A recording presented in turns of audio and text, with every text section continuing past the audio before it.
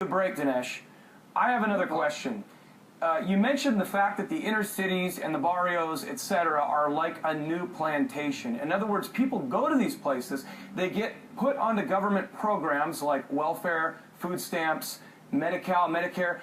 Doesn't matter what ethnicity you are. You don't have to work for your welfare or your Medicare or any of it, your food stamps. And so people get lazy and they get used to just getting these different government programs handed to them. So why would you want to work? If you're comfortable with that lifestyle and it's just being handed to you, why would you ever want to work? And then if you have kids and those kids see you, getting all this free stuff, and you're an expert on how to get this free stuff, you're just going to teach your kids what you know.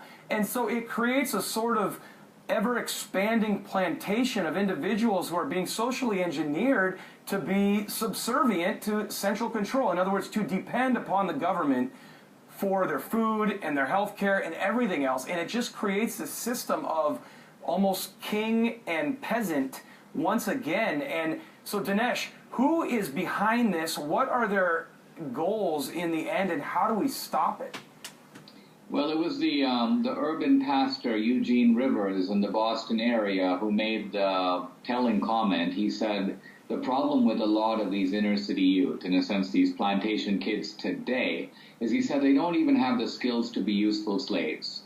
And what he meant by this was that in slavery, at the very least, you had to have a skill. You were a carpenter, a weaver, you knew how to pick cotton. You did something so that when slavery ended and you were free, you actually had useful skills that you could go get a job with and earn some money with.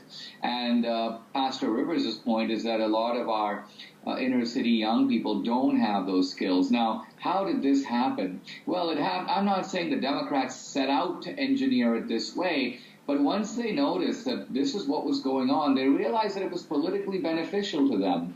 Even the kind of horrible breakdown of the family. By the way, the family was in ruin in the old plantation, and here it is in ruin in inner city Oakland and Detroit and Chicago.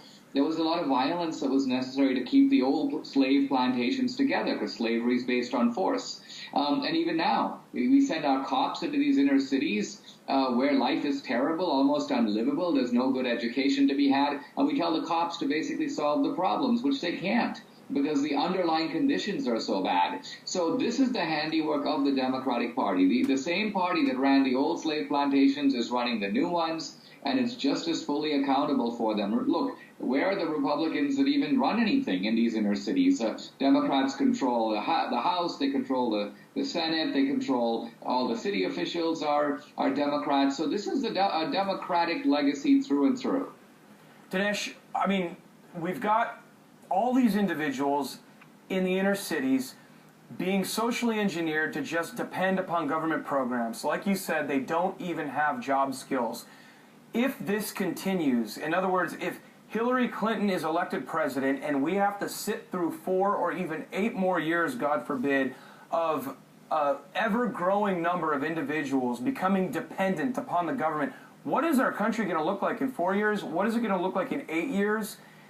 Where are we going to be with Hillary Clinton and these Democratic policies continuing to play themselves out?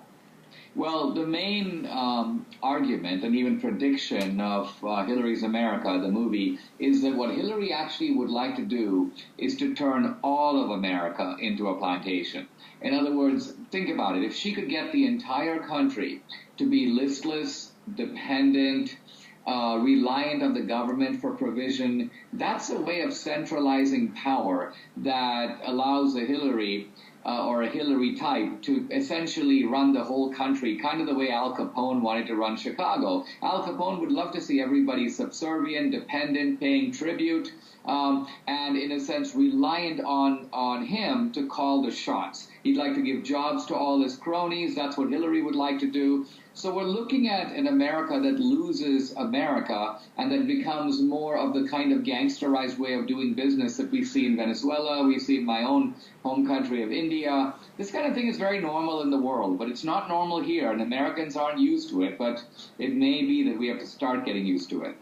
Dinesh, in the trailer to your movie Hillary's America, which I urge everybody to go out and get a copy of, you basically say that the Democratic Party is attempting to steal the most valuable thing in the world, the United States of America. But Dinesh, is there or are there individuals within the Democratic Party who kind of run the Democratic Party that are trying to take America